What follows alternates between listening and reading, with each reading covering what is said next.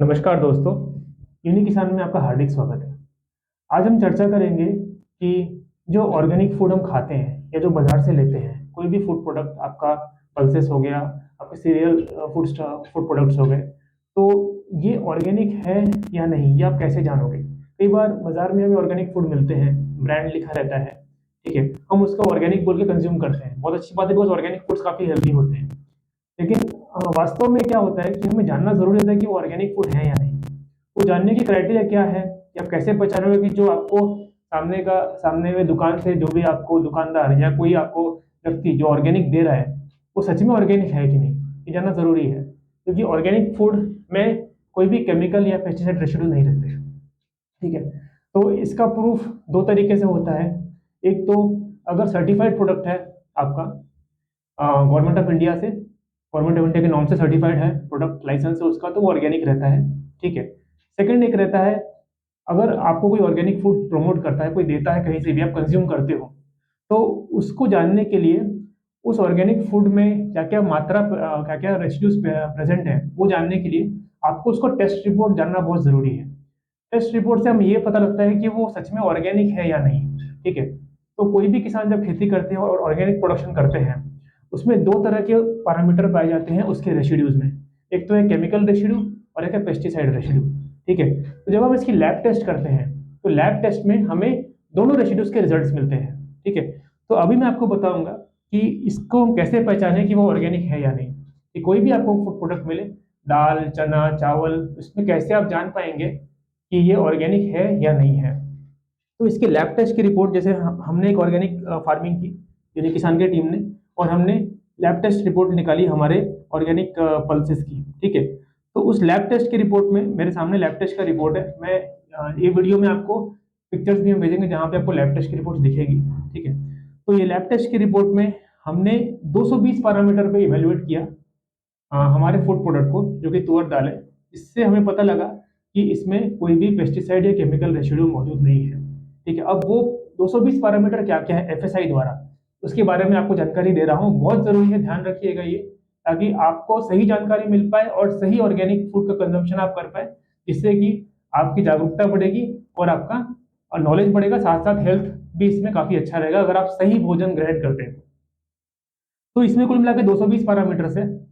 उससे भी अधिक हो सकते हैं, लेकिन आइडियली कम से कम 200 के ऊपर पैरामीटर्स पे टेस्ट होना चाहिए, तब आप सर्टिफ़ाई कर सकते हैं कि वो सच में ऑर्गेनिक फूड है। तो इसमें जो रहता है सबसे पहले अपना रहता है केमिकल रेसिड्यू।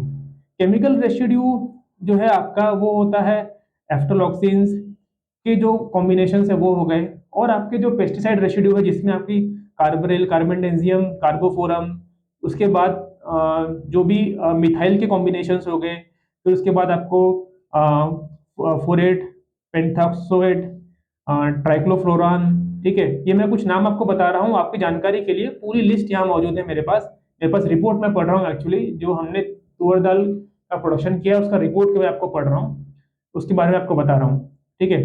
तो ये है, उसके बाद हो गया एनिलोफॉस, देन कैप्टेन, कार्बो कार्बोसल्फान, ठीक है, एटसेट्रा।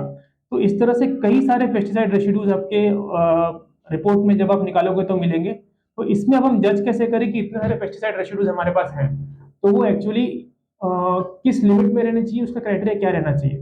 तो इसमें टेस्ट मेथड आता है, हर लैब में जब हम टेस्ट करते हैं उसका टेस्ट प्रोसेस आता है, और ये टेस्ट मेथड्स और टेस्ट पैरामीटर एफएसआई ने डिटरमाइन किए हैं। तो जब भी आप ऑर्गेनिक फूड कंज्यूम करते हो और उसका टेस्ट रिपोर्ट जब निकालते हो, तब एक क्राइटेरिया रहता है डिटेक्शन लिमिट का। मतलब अगर वो डिटेक्शन लिमिट के नीचे है, फॉल करता है, तब वो ऑर्गेनिक फूड है।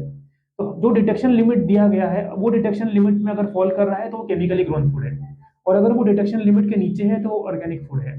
तो अभी ये रिजल्ट जो हम आपको शेयर कर रहे हैं ब्रीफली, इसमें आप एक क्राइटेरिया देखोगे, टेस्ट रिजल्ट का एक कॉलम आपको दिखेगा, और उस टेस्ट रिजल्ट्स में आपको दिखेंगे बीडीएल लिखा रहेगा। वो बीडीएल का मतलब है बिलो डिटेक्शन लिमिट।